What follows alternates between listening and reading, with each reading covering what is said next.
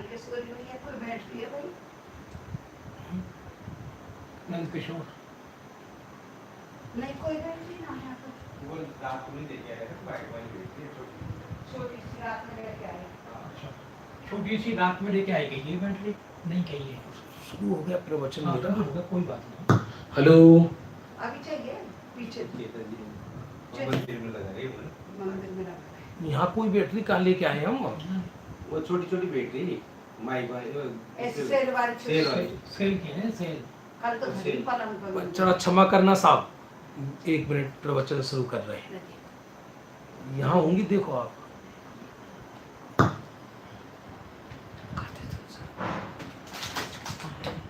ये देखो।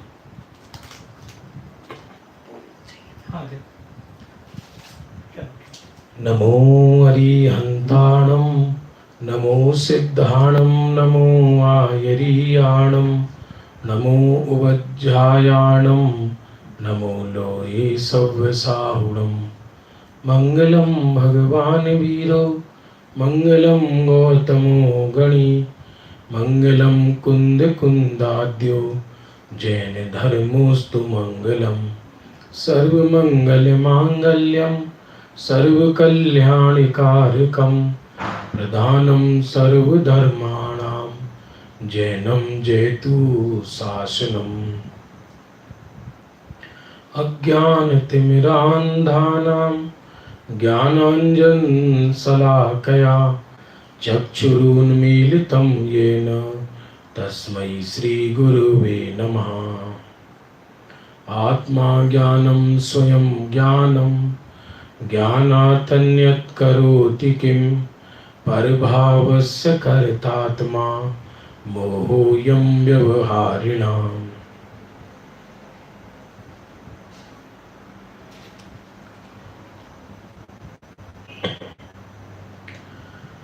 बंधु, संध्याकालीन स्वाध्याय का समय है।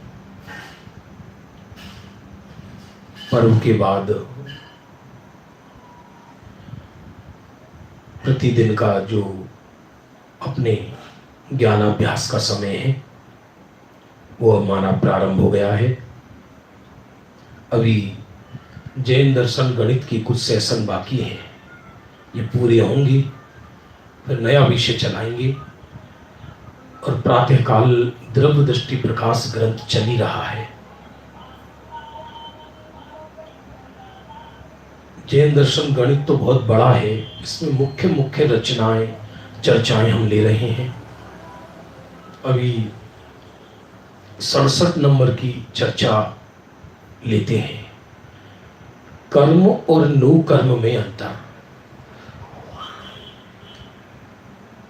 आत्मा के योग परिणामों के द्वारा जो किया जाता है उसे कर्म कहते हैं। माने जो शुद्धात्मा है, इसमें जो प्रतिपल परिणाम होते हैं, चूंकि संसारी जीव मन वचन काय वाला है, संसारी जीव मन वचन काय वाला है, और मन वचन काय के निमित्त से, मन वचन काय के निमित्त से योग होता है और योग से कर्म आते हैं। ये निमित्त प्रधान भाषा है। स्वयमेव आते हैं और स्वयमेव जाते हैं, ना कोई किसी को लाता और ना कोई किसी को करता। जैसे सूर्य निकलने पर कमल अपने आप खिलते हैं, उसी प्रकार बंधु जीव जब शुभाशुभ परिणाम करता है तो द्रव्य कर्म आते हैं। 22 तरह की मट्टी है जगत में, जिनको बरगना कहा है। कर्म बरगना और कर्म बरगना तो मिट्टी के ढेले के समान है, और वो अकर्म रूप से संसार में है। जीव के परिणामों का निमित्त पाकर आत्मा के साथ एक क्षेत्रावगाह हो जाता है। बंधु, ऐसी कर्म की व्यवस्था लोक में, दुनिया में अन्यत्र नहीं है। अन्यत्र दर्शन में ये कर्म व्यवस्था नजर नहीं आती। लोग क्रिया को कर्म कहते हैं, करने को कर्म कहते हैं, जो क्रिया की जाती है उसको कर्म कहते हैं। पर यहां क्रिया तो कर्म है ही, लेकिन जो स्वाभाविक भाव से, जैसे चुंबक लोहे के बुरादे को खींचती है, ऐसी ही अशुद्ध परिणामों के निमित्त से कर्म आते हैं और आत्मा के साथ एक क्षेत्रावगाह हो जाते हैं। बंधुओं, ये अजब गजब विषय है समझने जैसा, क्योंकि यहां क्या कहना चाहते हैं, क्योंकि विश्व की दंड और पुरस्कार की व्यवस्था कुछ तो होगी। हमको ऐसा लगता है कि हमारे साथ अन्याय हो रहा है, उसके साथ न्याय हो रहा है, उसके साथ ऐसा हो रहा है, हमारे साथ ऐसा हो रहा है। किसी के साथ कैसा भी नहीं हो रहा। संयोगों में जो भी कुछ घटित होता है वो कर्मोदय के अनुसार होता है, और वो जो कर्मोदय में आते हैं उसे द्रव्य कर्म कहते हैं। नजर आते नहीं है पुद्गल, लेकिन उनको अतीन्द्रिय कहा जाता है। क्यों? क्योंकि वो हमारे इंद्रियों के विषय नहीं है। यह आत्मा को परतंत्र बनाने का मूल कारण है। कर्णन योग की विवक्षा है। प्रातःकाल द्रव्य दृष्टि प्रकाश अध्यात्म ग्रंथ है, वहां तो ये कहते हैं कि आत्मा पर्याय को भी स्पर्श नहीं करता, शुभाशुभ भाव को भी स्पर्श नहीं करता, निर्मल पर्याय को भी स्पर्श नहीं करता। यहां कहते हैं आत्मा के अशुद्ध परिणामों से ये लोक में ठसाठस भरे हैं। जो हम कहते हैं वो सामने वाला बुरा कर रहा है, वो बहुत बेकार आदमी है, फिर भी उसके साथ अच्छा हो रहा है, ये सब हमारी मनगढ़ंत राग द्वेष है। क्यों? क्योंकि वर्तमान में जीव जैसे परिणाम करता है, तीर्थंकर के कुल में क्यों नहीं जन्म लिया सही। वो कर्म आत्मा के साथ एक क्षेत्रावगाह हो जाते हैं, उनको द्रव्य कर्म कहा। आगे बहुत अच्छे अच्छे विषय आएंगे। चारों अनुयोग के विषय हैं इसमें। जैसे चर्चा संग्रह चलाई थी हमने, उसमें चारों अनुयोग के विषय थी, ऐसे ही इसमें भी चारों अनुयोग के विषय हैं। महत्वपूर्ण विषयों को ले रहे हैं। आत्मा को परतंत्र कैसे बनाता है द्रव्य कर्म? कि द्रव्य कर्म के उदय से देह बना। अब देह में आत्मा फंस गया। जब तक देह है तब तक संसार में आत्मा रहेगा। इसलिए अरहंतों को भी संसारी कहा है कर्णन योग में। अरहंत भगवान को भी संसारी कह दिया, क्योंकि उनकी भी देह है। अभी बाबूजी एक वाक्य बोलते थे, बाबूजी योगल जी, जिन्होंने केवल रवि किरणों की पूजन लिखी। बंधुओं, ये जैन धर्म है। जैन धर्म माने बेलिहाज दर्शन। इसमें किसी को माफ नहीं और किसी के साथ पक्षपात नहीं। मुझे कभी कभी विचार आता है कि दंड और पुरस्कार की व्यवस्था प्रकृति में जीव के हाथ में नहीं है, कर्म के हाथ में है। अशुद्ध भावों के फल में दंड और पुरस्कार की व्यवस्था जीव के हाथ में नहीं है, कर्म के हाथ में है। आप कहोगे क्यों? यदि जीव के हाथ में होती तो एक प्रश्न उत्पन्न होता, फिर किस जीव के हाथ में की जाए व्यवस्था? सिद्धों के हाथ में या अपने हाथ में? तो सिद्ध तो मुक्त हो गए, सिद्ध तो मुक्त हो गए। अरे एक पर्याय का भी भार सर पे रखे तो माथे की आकुलता है बड़ी भारी। तो विश्व की व्यवस्था ईश्वर कैसे संभाल सकते हैं? इसने अच्छा किया और इसने बुरा किया, और अनंत जीव हैं, तो अनंत जीव का हिसाब कैसे रखेंगे? समझ में आ रहा है? इसलिए हमारे यहां परमात्मा साक्षी है, करता धरता नहीं है। आप कितना भी माथा कूटो भगवान के आगे, प्रभु प्रभु प्रभु प्रभु प्रभु प्रभु बंधुओं, लेकिन वो तो सर्वज्ञ हैं, फल तो हमें हमारे कर्म देंगे। भगवान कहां से? आज तक भगवान को किसी का फल देता देखा गया है क्या? ये बहुत समझने की बात है। हम अपने जुनून में चाहे जो ईश्वर के आगे कुछ भी बोले, भगवान के समक्ष कुछ भी बोले, लेकिन वो तो ज्ञाता है, एक परमाणु के भी फेर फार नहीं कर सकते। तो इतने लोगों का हिसाब कैसे रखेंगे? अनंत जीवों का। इसने अच्छा किया है, इसको अच्छा फल दो, इसने बुरा किया है, इसको बुरा फल दो। जब घर में ढंग से 2 बच्चे नहीं, उन्हीं को संभालने में माता पिताओं की जिंदगी बर्बाद हो जाती है, माथे फट जाते हैं, तो अनंत जीवों की सृष्टि का कर्ता जो बनेगा वो निर्भर कैसे रह सकता है? तो दंड और पुरस्कार की व्यवस्था, दंड और पुरस्कार की व्यवस्था संयोगों में ईश्वर के हाथ में भी नहीं और स्वयं जीव के हाथ में भी नहीं। ध्यान देना, ये द्रव्य कर्म की अपेक्षा विवक्षा चल रही है। स्वयं की सुख दुख का कर्ता तो जीव है, स्वयं की सुख दुख का तो बंधु, क्योंकि उसने अशुद्ध परिणाम किया तो आकुलता पाई, शुद्ध परिणाम किया तो निराकुलता पाई।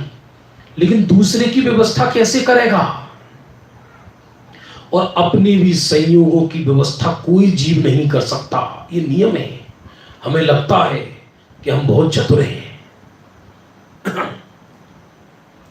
कल परसों भजन लिया था ना, चक्रवर्ती भी न कभी भाग्य फल हटा सके, खोजते रहे सदा मगर न पंथ पा सके, खोजते रहे सदा मगर न पंथ पा सके। थे चतुर न किंतु भाग्य फल कभी हटा सके, खोजते रहे सदा मगर न पंथ पा सके, खोजते रहे सदा मगर न पंथ पा सके। बंधु समझना, ये ऐसा विषय है, मस्तिष्क ठंडा हो जाएगा। क्यों? क्योंकि जो मेरे परिणामों के फल से कर्म वर्गणाएं स्वयं आती हैं, तो संयोगों की व्यवस्था ना तो आत्मा करता और संयोगों की व्यवस्था न वर्तमान परिणाम करता, और संयोगों की व्यवस्था ना कोई ईश्वर करता, बल्कि उसकी व्यवस्था कर्म के हाथ में है। ये द्रव्य कर्म की जो लिखा ना, आत्मा को परतंत्र बनाने का मूल कारण द्रव्य कर्म। परतंत्र माने देह में फंस गया, इसलिए दंड और पुरस्कार की व्यवस्था, दंड और पुरस्कार की व्यवस्था कर्म के हाथों हो गई। न ईश्वर के हाथ है न मेरे हाथ है। मुंह में कितने दाने जाएंगे गेहूं के, वो मेरे हाथ में नहीं। वो किसके हाथ में है? वो कर्म के हाथ में है। बाहर में संयोगों में क्या घटित होगा वो मेरे हाथ में नहीं, कर्म के हाथ में है।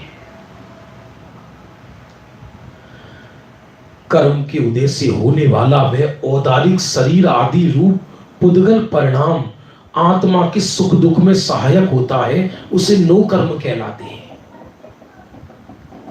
संध्याकालीन विषय चारों अनुयोगों का है बंधु। चारों अनुयोगों भगवान ने कहे हैं। बात चल रही थी कर्म और नो कर्म में अंतर। कर्म तो एक रज है, एक बरगना है, जो जीव ने अपने परिणाम से, जीव ने अपना परिणाम अपने काल में किया, और ऐसा सहज निमित्त नैमित्तिक संबंध है कि कर्म आकर जीव के साथ एक क्षेत्रावगाही हो गया। कर्म आकर जीव के साथ एक क्षेत्रावगाही हो गया। अब समय पर उदय में आता है तो संयोगों में देह आदि मिलता है, काला शरीर, गोला शरीर, इसको नो कर्म कहते हैं। देखो लिखा, कर्म के उदय से होने वाला औदारिक शरीर आदि रूप पुद्गल परिणाम जो आत्मा के सुख दुख में सहायक होता है वो नो कर्म कहलाता है। यदि नो कर्म ना हो, किसी जीव को कोई भी शरीर हो ही नहीं, तो वो सुखी दुखी कैसे होगा, एकत्व भी किसमें करेगा। इसलिए नो कर्म मोह में निमित्त होता है। मोह कर्म, नो कर्म, नो कर्म, जीव का नो कर्म। प्रश्न आया फिर हम क्यों इष्ट अनिष्ट मानते हैं, पर पदार्थों को मोह से मानते हैं। नो कर्म तो द्रव्य कर्म के उदय से मिल गया, नो कर्म तो अरहंतों के भी है। यहां तो ये चर्चा चल रही है कर्म और नो कर्म में अंतर क्या है, कि कर्म द्रव्य कर्म है जो जीव के भाव के निमित्त से आत्मा के साथ एक क्षेत्रावगाही होता है, और उसी द्रव्य कर्म के उदय से शरीर आदि मिलते हैं, वो नो कर्म है। और ये नो कर्म सुख दुख में सहायक है, माने निमित्त है। कब, कि जब जीव मोह रूप परिणमित हो तब। यदि मोह नहीं है तो अनंतों के भी लाखों वर्षों तक शरीर रहता है। अरे अज्ञानी का नो कर्म तो इतना बड़ा है जिसकी आप कल्पना नहीं कर सकते। जैसे मैं संजय कुमार इस देह में एकत्व करके जो नो कर्म है उसमें एकत्व किया। मैं राजस्थानी, ये राजस्थान नो कर्म बना लिया अपना। मैं हिंदुस्तानी, हिंदुस्तान को अपना नो कर्म बना लिया। और वसुधैव कुटुंबकम, पूरी धरती मेरी कुटुंब, तो धरती को नो कर्म बना लिया।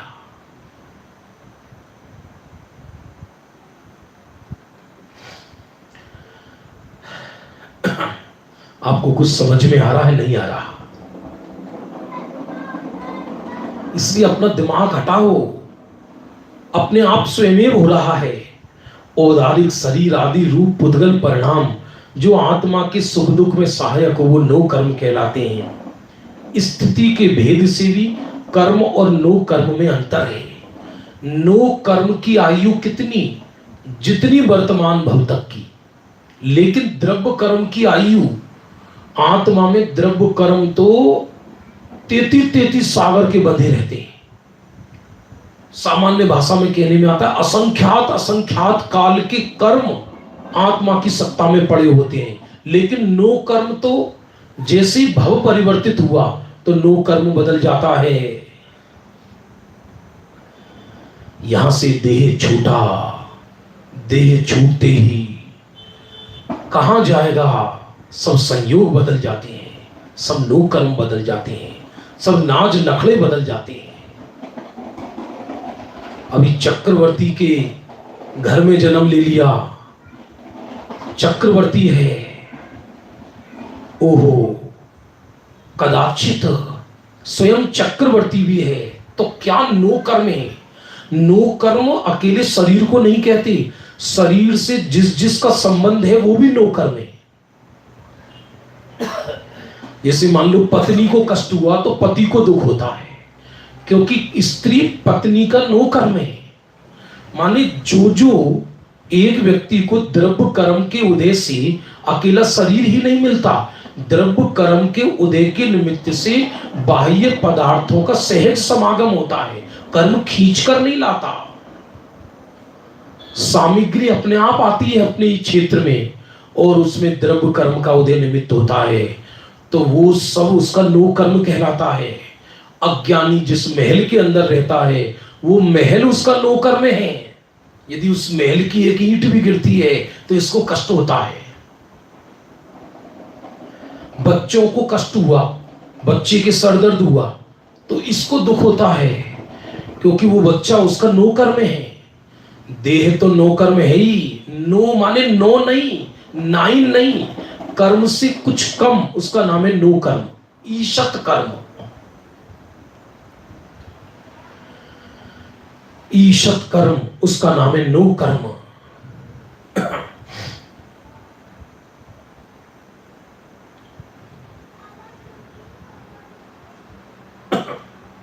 और दूसरे शब्दों में कहें तो द्रव्य कर्म के उदय से देह और देह के बाहर के संयोग की व्यवस्था सहज बनती है, और वो सब अज्ञानी का नो कर्म कहलाता है। ज्ञानी का भी नो कर्म होता है, लेकिन उसको मोह नहीं है उसमें। ज्ञानी भी ये कहेगा मैं हिंदुस्तानी, ज्ञानी भी ये कहेगा मैं संजय कुमार, ज्ञानी भी ये कहेगा ये मेरा महल, लेकिन उसको महल में एकत्व नहीं, उसको तो पर्याय मात्र से प्रेम समाप्त हो गया, उसका तो अपने चैतन्य परमात्मा में श्रद्धा हो गई, ये मैं शुद्धात्मा हूं।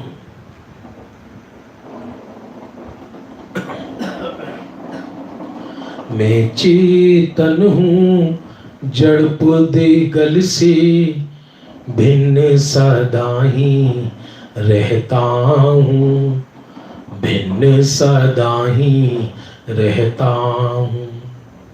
मैं चेतन हूं जड़ देगल से, भिन्न सदा ही रहता हूं, भिन्न सदा ही रहता हूं। शुभ और अशुभ तो दूर रहो, पर्यायों से भी भिन्न रहता हूं। अरे बाहर का देह आदि तो देह आदि में है, शुभ अशुभ कर्म भी दूर, मैं तो पर्याय मात्र से भिन्न ज्ञाता परमात्मा हूं। ये प्रतिदिन आराधना का विषय है, ये 24 घंटे की जीवन की खुराक है। ये सत्य बात चल रही है, ये चर्चा चल रही है जैन गणित में से कर्म और नो कर्म में क्या अंतर है। बहुत अजब गजब चर्चाएं आएंगी इसमें। स्थिति के भेद से कर्म और नो कर्म में अंतर है। जीव मोह से दुखी है, न कर्म से दुखी है, न नो कर्म से दुखी है, जीव मोह से दुखी है। अरे सुनो सुनो सुनो, कोई तीर्थंकर या कोई केवली को निर्वाण हो गया, अब उनके ज्ञान में ये भी आ रहा है कि उनके सगे संबंधी भाई बहन नरकों में है, तो उन्हें कष्ट है क्या? किसका कष्ट? कैसा कष्ट? कष्ट तो ये अज्ञान की सृष्टि है। कष्ट अज्ञान की सृष्टि। कष्ट ना अंदर है ना बाहर है, कष्ट तो एक समय के अज्ञान में पैदा होता है। आगे देखिए 68 नंबर की चर्चा। बिल्कुल ये चर्चा सुनोगे तो सारी रात चिंतन चलेगा।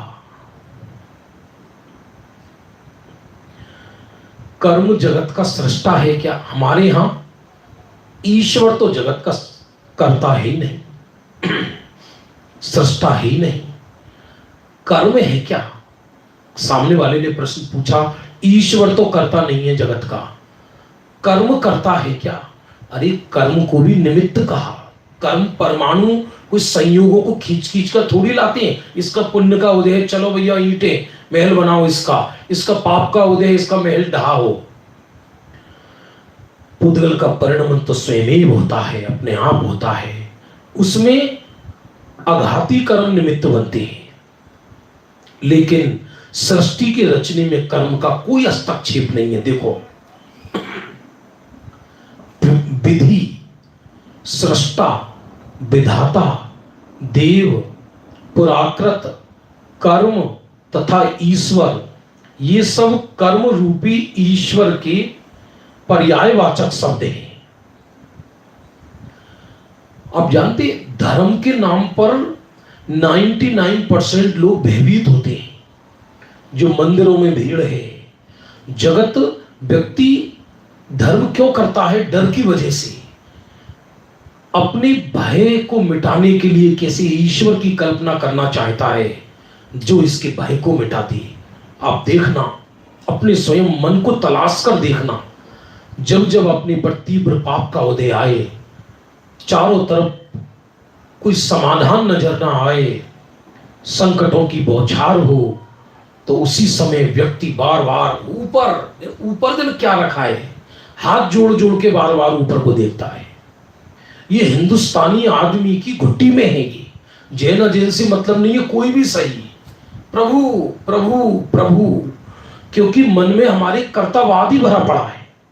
हम यही मानते हैं कि ये ईश्वर ने जगत बनाया है, हम यही मानते हैं, सुख दुख ईश्वर ही देता है। भाषा व्यवहार अलग है, इसलिए उसको वही स्तुति पसंद आती है जिन स्तुति में ये चल रहा हो कि प्रभु मैं आप जैसा हूं तो पसंद नहीं आती। निश्चय अकर्तावाद की स्तुति अज्ञानी को पसंद नहीं आती। और जिन स्तुतियों में ये लिखा हो कि पुत्र पौत्र संपत्ति प्रभु देते हो, तो एकदम खुश हो जाता है, ये जोर जोर से बोलता है, पुत्र पौत्र संपत्ति, पुत्र पौत्र संपत्ति।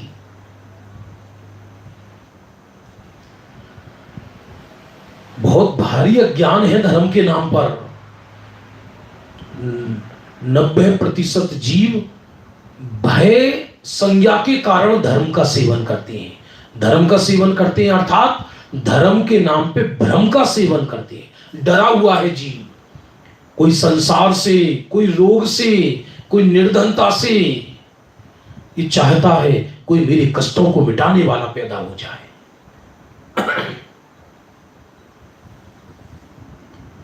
और आचार्य ये कहते कष्ट ही नहीं तेरे अंदर, आत्मा तो कष्ट रहित है। चर्चा हुई नहीं तेना, मेरे अंदर सुख शक्ति है, सुख शक्ति।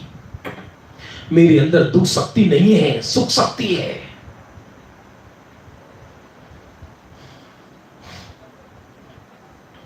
मेरा कोई संबंध नहीं बाहर से, अरे दिखाई तो देता है, तो उसका कर्म के उद्देश्य से संयोग बनते बिगड़ते हैं, लेकिन मोह से सुखी दुखी होता है। परमार्थ से तो आत्मा ज्ञान और आनंद से बना चैतन्य तत्व है। तो इस चर्चा में चल रही है कर्म जगत का सृष्टा है क्या? कहते नहीं, विधि कहो, सृष्टा कहो, विधाता कहो, देव कहो, पुराकृत कहो, कर्म कहो, ईश्वर कहो, ये सब कर्म रूपी ईश्वर के पर्यायवाचक शब्द हैं। इनके सिवाय अन्य कोई लोक का बनाने वाला नहीं। यह लोक अनादि से है और अनंत काल तक विद्यमान रहेगा। लोक को इन कर्मों ने नहीं बनाया, हमारी व्यवस्था में कर्म निमित्त बनता है, वो भी निमित्त। कोई ऐसा हाथ पैर वाला ईश्वर नहीं है जगत में जो हमको सुख दुख हो या कष्ट आदि दे। फिर भगवान की भक्ति क्यों करते हैं हम, भगवान की स्तुति क्यों करते हैं? जैसे निर्वांछक मां को बच्चे से प्रेम होता है, वैसी ही मुक्ति की कला सिखाने वाले पंच प्रभु के प्रति सहज बहुमान आता है। सहज। मैं चेतन हूं जड़ पौधे गल से, भिन्न सदा ही रहता हूं, भिन्न सदा ही रहता हूं। मैं चेतन हूं जड़ पौधे गल से, भिन्न सदा ही रहता हूं, ओ भिन्न सदा ही रहता हूं।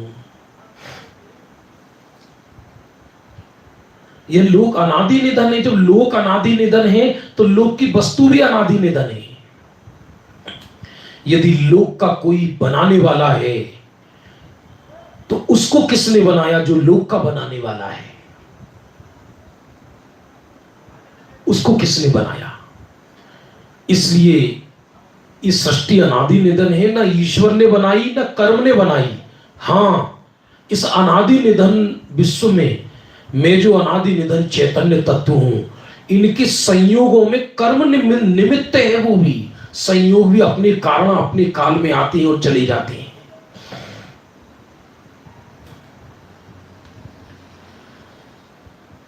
अब आगे आइए 69 नंबर। ये चलेगा अपना 10 दिन तक चलेगा अभी जैन दर्शन गणित। इसमें बहुत अद्भुत चर्चाएं आएंगी। अभी परसों से इसमें एक चर्चा आएगी बहुत अच्छी, पूरे चौथे काल में कौन कौन प्रसिद्ध पुरुष होंगे। बहुत वैराग्यवर्धक विषय आएगा। काय क्लेश व परिचय में क्या अंतर है? काय क्लेश व परिचय में क्या अंतर है? अपने द्वारा प्राप्त हुआ उसको परिचय कहते हैं। अपने द्वारा स्वयं परिचय, और परिचय कंपलसरी होता है, काय क्लेश कंपलसरी नहीं होता। एक अंतर ये भी है, बल्कि इसमें थोड़ा सा मिसप्रिंट है। परिचय और उपसर्ग में क्या अंतर है? उपसर्ग जरूरी नहीं है हो ही हो, लेकिन मुनिराजों को परिचय तो नियम से होती है, किसी में कम किसी में ज्यादा। तीर्थंकरों को भी परिचय बताई है। परिचय जय 22 तरह की परिचय होती है। ज्ञानी परिचयों के सहज ज्ञाता होते हैं और अज्ञानी भय के कारण परिचय को सहन करते हैं और मानते हैं ये कि हम परिचय के विजयी हो गए। अब आगे आज की जो मुख्य चर्चा है वो प्रारंभ करते हैं। हुंडावसर्पणी काल की विशेषता क्या है? एक तो पंचम काल, और पंचम काल में भी हुंडावसर्पणी काल। विभिन्न चर्चाएं हैं बंधुओं, इसमें विभिन्न चर्चाएं।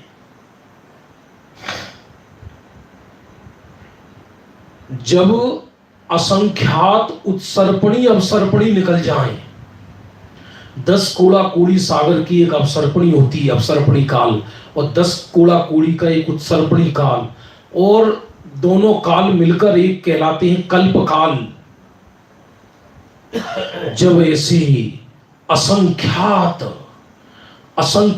कोटि कल्प काल निकल जाएं जीव के, कितनी असंख्यात कोटि कल्प काल निकल जाएं, तब जाकर एक हुंडावसर्पणी काल आता है।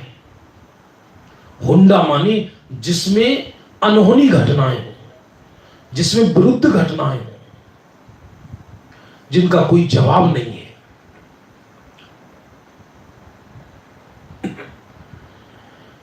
पंचम काल तो हर युग में आएगा आगे भी, लेकिन हुंडावसर्पणी पंचम काल, हुंडावसर्पणी चतुर्थ काल, ये नहीं। हुंडावसर्पणी काल से क्या घटनाएं विशेष होती हैं ये वर्णन है इसमें।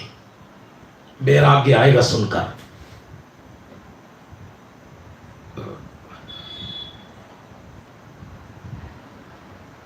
इस हुंडावसर्पणी काल के भीतर सुषमा दुष्मा काल को स्थित में कुछ काल की अवशिष्ट रहने पर भी वर्षा आदि पड़ने लगती है और विकलत्रे जीवों की उत्पत्ति होने लगती है। माने जब हुंडावसर्पणी काल आता है तो पहले काल का नाम है सुखमा सुखमा, दूसरे का है सुखमा, सुखमा सुखमा सुखमा, और तीसरे का है सुखमा दुखमा।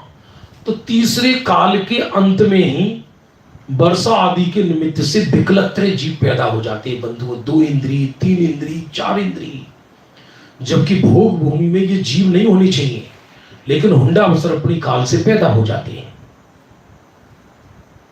पंचम काल में भी बहुत भरे पड़े, चारों तरफ कीड़े मकोड़े कीड़े मकोड़े कीड़े मकोड़े। आपको जानकर आश्चर्य होगा, पूरे विश्व की जनसंख्या जितनी है उससे असंख्यात असंख्यात गुने कीड़े एक बगीचे के अंदर रहते हैं। 2 इंद्रिय आदि।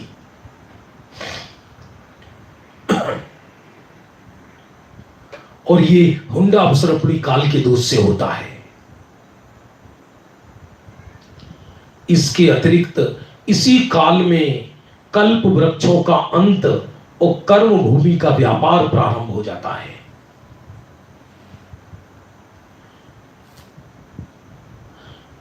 काल तो अवसर्पणी होता है, लेकिन जब असंख्यात अवसर्पणी निकल जाएं तो एक ऐसी अवसर्पणी आती है जिसके अंदर हुंडा माने अनहोनी घटनाएं हो, ऐसी घटनाएं हो जिससे व्यक्ति भयभीत हो जाए। उसके पीछे रीजन कुछ नहीं है, कारण कुछ नहीं है। इसलिए इस हुंडा अवसर्पणी पंचम काल में, एक तो पंचम काल, ऊपर से हुंडा अवसर्पणी आगे आएगी। सरल होना मुश्किल है जीव का, धर्म में प्रदर्शन ज्यादा होगा, रियल धर्मियों का मिलना बहुत दुर्लभ जैसा होगा। मायाचार से परिपूर्ण होंगे जीव इस हुंडा अवसर्पणी काल में। मायाचार तो चौथे काल में भी होती है, अधिकता की बात चल रही है, अधिकता पंचम काल, उसमें भी हुंडा अवसर्पणी काल।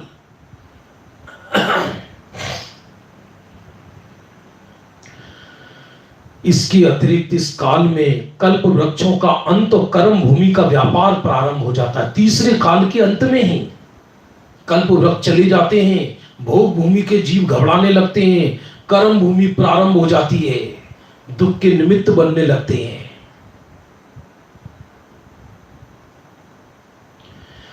प्रश्न है संजय दोषी जी का, हमने यहां क्यों जन्म लिया? देखो विषय ऐसे हैं, ये तो ग्रंथों में आया, मैं तो ग्रंथों के उत्तर दे रहा हूं, मैं तो जिनवाणी का सेवक हूं। रतनकंड सावकाचार में लिखा सदा सुखदास जी ने, पूर्व पर्याय में विरागना के फल में जीव पंचम काल में जन्म लेता है। अब कुछ ना कुछ तो की होगी। विराधना के फल में आराधना, आराधना के फल में विराधना के क्षेत्र में क्यों जन्म लेगा? जो पंचम काल की स्टार्टिंग में कुछ केवली हो गए वो एक विषय अलग है। जैसे जैसे काल घोर आगे आएगा वैसे वैसे विराधक जीव उत्पन्न होते रहेंगे।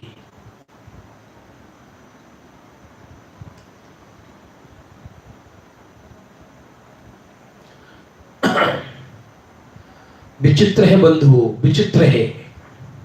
कुछ प्रश्न मेरे समझ में नहीं आ पाते। अब तो अपना डेली का रूटीन चल रहा है, शांति से खूब समाधान करेंगे। जिनवाणी अपने सर पर है, गुरु अपने सर पर है, शांति से।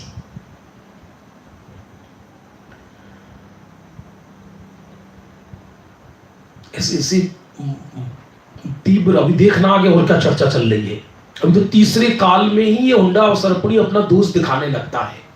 वैसे हुंडा अवसर्पणी का मुख्य दोष पंचम काल में होता है, लेकिन तृतीय काल के अंत में ही दोष आने लगते हैं, चौथे काल में आने लगते हैं, और पंचम काल में तो घोर प्रभाव होता है इसका, घोर प्रभाव।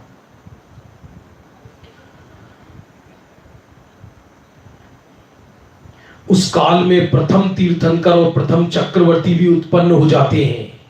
हुंडा अवसर्पणी काल के दोष से प्रथम तीर्थंकर तीसरे काल में ही हो गए और तीसरे काल में ही मोक्ष चले गए ये लोग, और चक्रवर्ती भी हो गए जबकि होते चौथे काल में है। चक्रवर्ती की विजय भंग हो गई हुंडा अवसर्पणी के दोष से। वरना नियम है कि जिसके घर में चक्र रत्न पैदा हो जाए वो कि उसकी विजय कभी भंग नहीं होती। बाहर की घटनाओं की चर्चा है ये। वैराग्य आता है जब महापुरुषों के साथ भी ऐसा हो गया तो फिर हम तुम कौन है?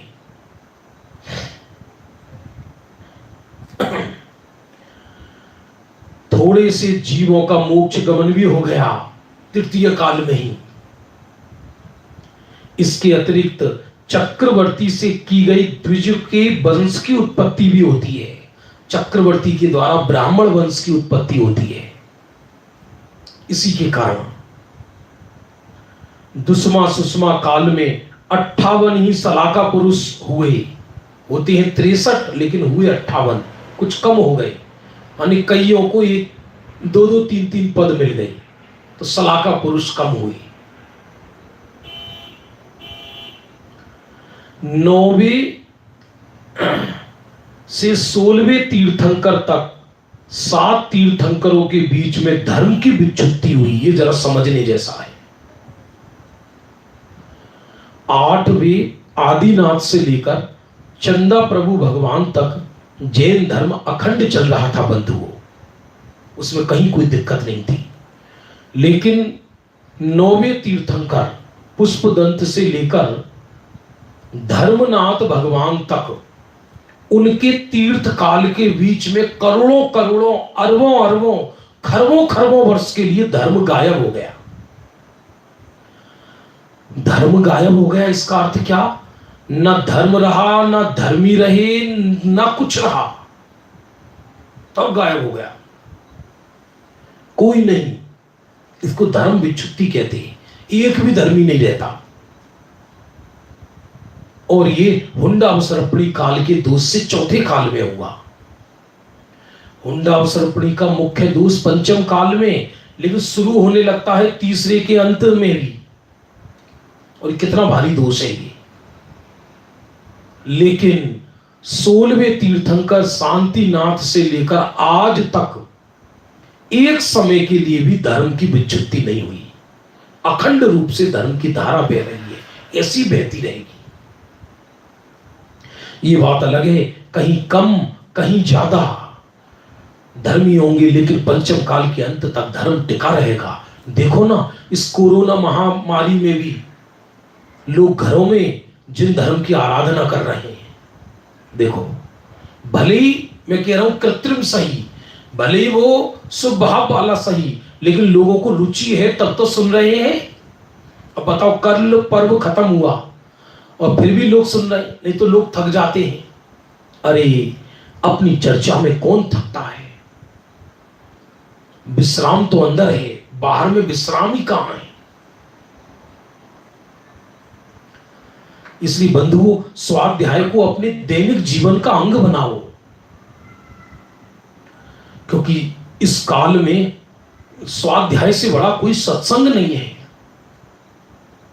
कौन पार लेके जाएगा हमें, यदि हम, क्योंकि हम पूर्व जन्म के तो संस्कार लेकर आए नहीं, तीर्थंकर वर्तमान काल में है नहीं, अवधि ज्ञानी है नहीं, और जिनवाणी ही एक शरण है मुख्य रूप से। गुरुओं ने, मुनिराजों ने करुणा करके हमको जिनवाणी लिखकर दी है। चलेगी घर गृहस्थी पुण्य पाप की उदेसी जैसी चलनी है, आत्मा का पतन मत करो।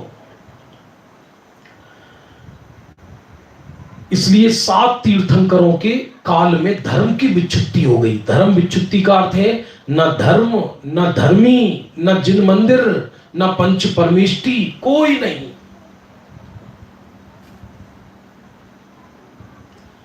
ग्यारह रुद्र और कलह प्रिय 9 नारद, इसमें थोड़ा संशय है।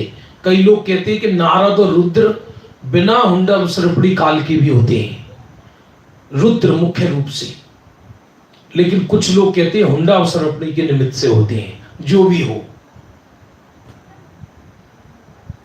इसके अतिरिक्त 7वें तीर्थंकर, 23वें तीर्थंकर और अंतिम तीर्थंकर के ऊपर उपसर्ग हुआ। यह भी हुंडावसर्पणी काल के दोष से हुआ। 7वें तीर्थंकर, 23वें तीर्थंकर और 24वें तीर्थंकर। 7वें तीर्थंकर कौन थे? 7वें तीर्थंकर कमाल कर दिए, सुपार्श्वनाथ। सुपार्श्वनाथ तीर्थंकरों पर कभी उपसर्ग नहीं होता। इतने महान पुण्यधारी होते हैं गृहस्थावस्था से, उन पर उपसर्ग कैसे हो सकता है? लेकिन हमें तो उपसर्गों वाली प्रतिमा पसंद आती हैं। ये हुंडावसर्पणी काल के दोष से हुआ, और उपसर्ग युक्त तीर्थंकर पसंद आना ये एक तरीके से विराधना है। भगवान की प्रतिमा तो निरावरण ही होनी चाहिए। सुपार्श्वनाथ और पार्श्वनाथ और महावीर पर बाहर में उपसर्ग हुआ, उनको तो आनंद था, उनको खाई का उपसर्ग। हां, सारे रुद्र नियम से अधोगामी है।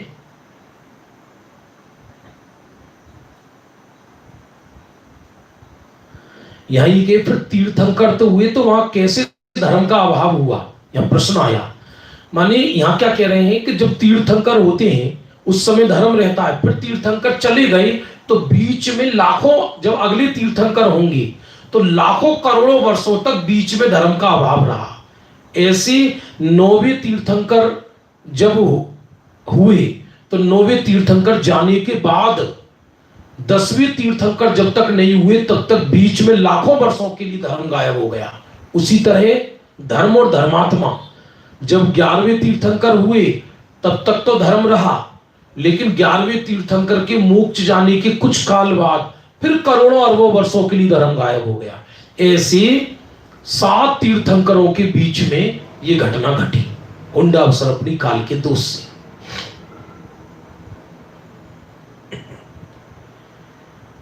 आगे देखिए, 2-3 बिंदु हैं, 2-4 मिनट में पूरा कर रहा हूं।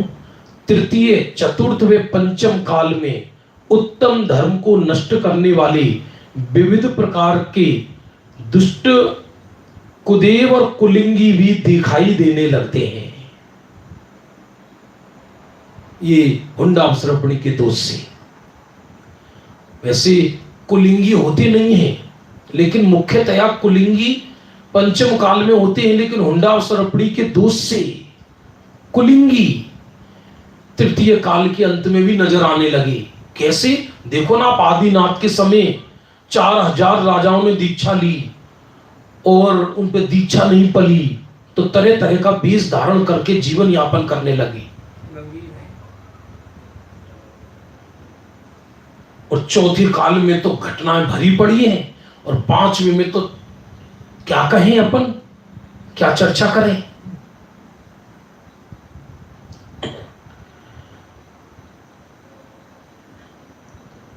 कुछ ऐसी जाति हैं जो हुंडावसरपणी काल के प्रभाव से पैदा हुई, जो अपन यहां कहना नहीं चाहते अभी इस विषय में, पर ग्रंथों में लिखा है। कुछ ऐसी जातियां हैं जो नॉर्मली नहीं होती, लेकिन हुंडावसरपणी काल के दोष से पंचम काल में पैदा हुई है। और जो सबसे बड़ी पंचम काल में हुंडावसरपणी काल का जो सबसे बड़ा दोष है, इस काल में 42 कल्की और उपकल्की होते हैं। 21 कल्की, 21 उपकल्की हर 500 वर्ष में होते हैं। एक कल्की राजा और एक उपकल्की जो धर्म का नाश करते हैं। 5000 वर्ष में एक उपकल्की, 1000 वर्ष में एक कल्की राजा होता है। तो 21 कल्की राजा होते हैं और 21 उपकल्की राजा होते हैं, जो धर्म और धर्मात्माओं का नाश करते हैं। पूर्व में इतिहास उठाकर देख लो तो कहीं ना कोई ऐसा नजर आ ही जाएगा। एक काल ऐसा है। इसलिए बंधुओं, वैराग्य बढ़ाने वाला काल है, वैराग्य बढ़ाने वाला। ये संसार किसी का घर नहीं है, ये रहने के लिए योग्य नहीं है। इसमें तो भेद विज्ञान करो, आत्म अनुभव करो, अपना कार्य साधो और चलो यहां से। ये रमने के लिए नहीं है, ये संसार मनोरंजन के लिए नहीं है।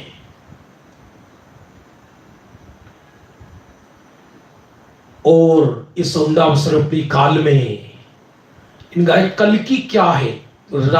एक ऐसे राजा का नाम जो धर्म और धर्मात्मा को नष्ट करना चाहता है। धर्म, धर्मात्मा, धर्मायतन। और उपकल्की माने उससे थोड़ा कमजोर, एक दुष्ट, एक थोड़ा कम दुष्ट। तो हर 1000 वर्ष में 21000 वर्ष का पंचम काल है, तो हर 1000 वर्ष में एक कल्की राजा होता है। और हर 500 वर्ष में एक उपकल्की होता है। भाई सीधी बात है, पर ऐसा अर्थ हो गया कि 500 वर्ष में उपकल्की हुआ, फिर 500 वर्ष और बीते तो कल्की हो गया। ऐसे टोटल 42 होते हैं। 21 कल्की राजा और 21 उपकल्की राजा होते हैं, जो धर्म का नाश करते हैं, धर्म और धर्मात्मा का। आगे युग ऐसा ही आ रहा है। लोग पापाचार को बढ़ावा देते हैं। अपन किसी का नाम नहीं लेना चाहते बंधुओं, क्योंकि ये प्लेटफॉर्म ऐसा है कि अपने को किसी के विषय में बोलने का अधिकार नहीं, लेकिन सत्य को समझना। ग्रंथों में जो वर्णन लिखा हम तो वो पढ़ रहे हैं। अरे जरूरी नहीं है कोई वैज्ञानिक भी कोई कल्कियों से कम थोड़ी है। एक एक ऐसा आविष्कार है कि पूरी धरती का नाश हो जाए।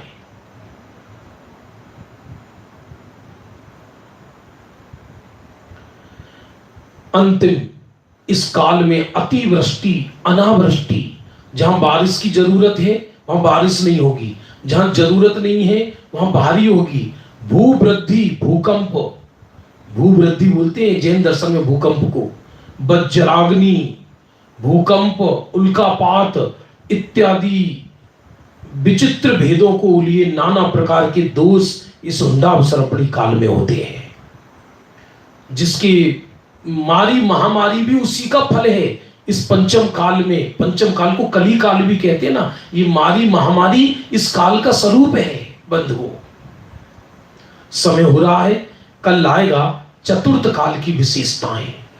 ये सब विषय पढ़कर समझकर इनसे विरक्त होना कि ये संसार शाश्वत नहीं, ये जगत शाश्वत नहीं, मेरा घर तो शुद्धात्मा है, मुझे तो मेरी आराधना करके मेरे अंदर रहना है।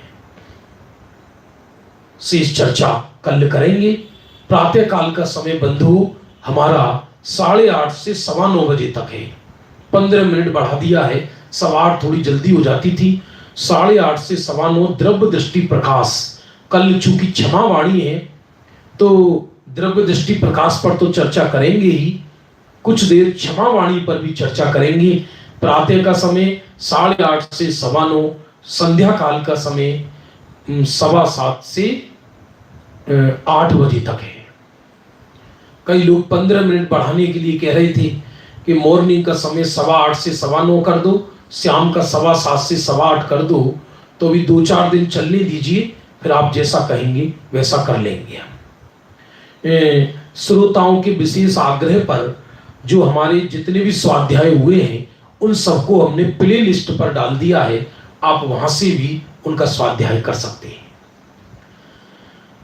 निज निधि निज में बताई यह अनंत उपकार है, उसके लिए जिन वाणी मां को वंदना सतवार है।